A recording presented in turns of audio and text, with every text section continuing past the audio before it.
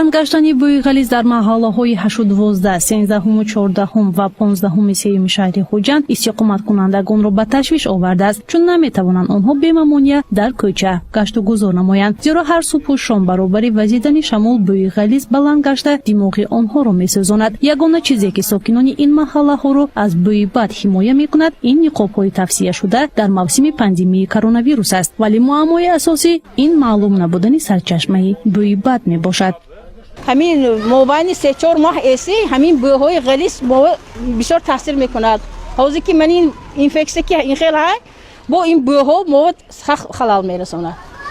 ҳамна як шароит када мана атрафи экология атрафи мана ваҳоми ҳамин назорат када ҳамин халқа ҳамин бӯҳо халос кунта. ман худам назоратчиту кор мекунам, мана дом управление ва аслан ҳамин ҳаму саве мекунам, дӯздӯ мекунам, ҳаштӯ мекунам, ман худам мегардам ҳама ҳамин дод гомдиги.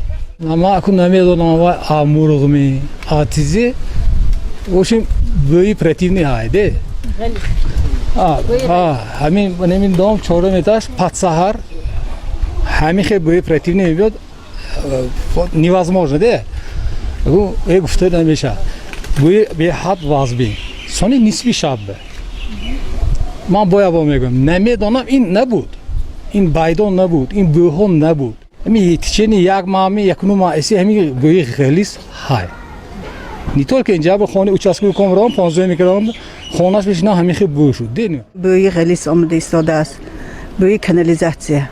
Як бо ҳамна ягонҷо ҷо муроҷиат кунем муфти маслиҳат кадостиги будем. Аку ҳамна сони мани павароти таксипарк биям бӯи нохуш аст.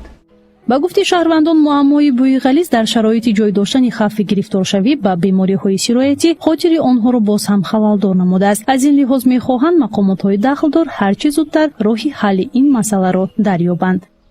Надо принять просто меры. Или прикрыть эту лавочку, да, или что-то сделать, понимаете? У нас дети, у нас люди все-таки с обаянием. در حقیقت ما استقامت کننده همین سیوم میکرورایون بعد از ساعت 4 بگاه در همینجا یک بوی غلیظ پیدا میشه.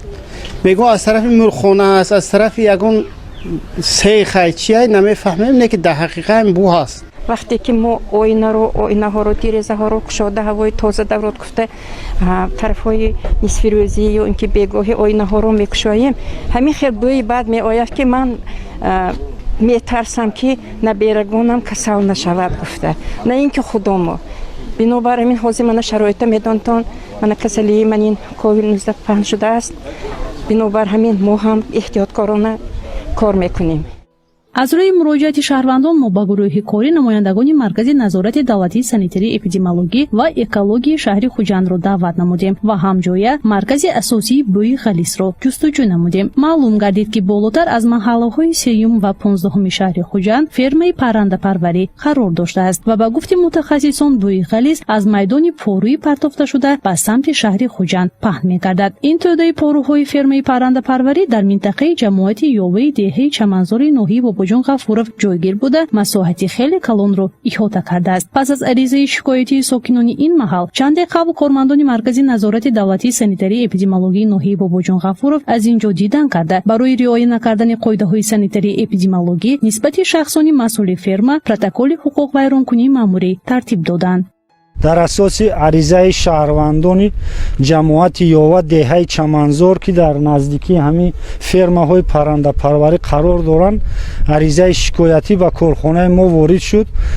дар асоси аризаи шикоятӣ омада назорат кардем. дар ҳақиқат камбудиҳо бисёр ахлотҳои паррандаҳо дар гирду атроф ҷамъоварӣ карда шудагӣ аз ҳамин ҳисоб бӯи ғализ хеста ба аҳолии шаҳр рафта мерасад. ба гуфти Шӯҳрат Абдураҳмонов барои ислоҳи ин камбудӣ ва безараргардонии ин маҳал ба шахсони масъули ферма 3 рӯз муҳлат дода шудааст ва ҳангоми иҷро нагаштани он фаъолияти ин муассиса муваққатан боздошта мешавад. аз сабабе ки нисбати ин корхонаҳо аз тарафи пешвои миллат моратория додагӣ шудагӣ мо санҷиш гузаронида наметонем.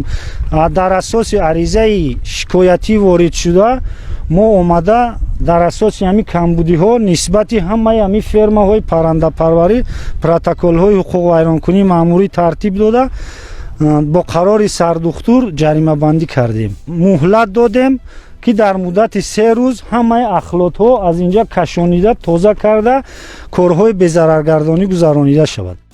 бо вуҷуди он ки фермаи паррандапарварӣ дар минтақаи аҳолинишини ҷамоати ёваи ноҳияи бобоҷон ғафуров ҷойгир аст, аммо ҳавои маҳаллаҳои шаҳри хуҷандро олуда месозад. бар замин шумораи чунин фермаҳои паррандапарварӣ дар ин ҷо 3 адад буда, дар ҷараёни сабти гузориш мо натавонистем ба яке аз онҳо роҳ ёбем, чун дарвоза маҳкам буд.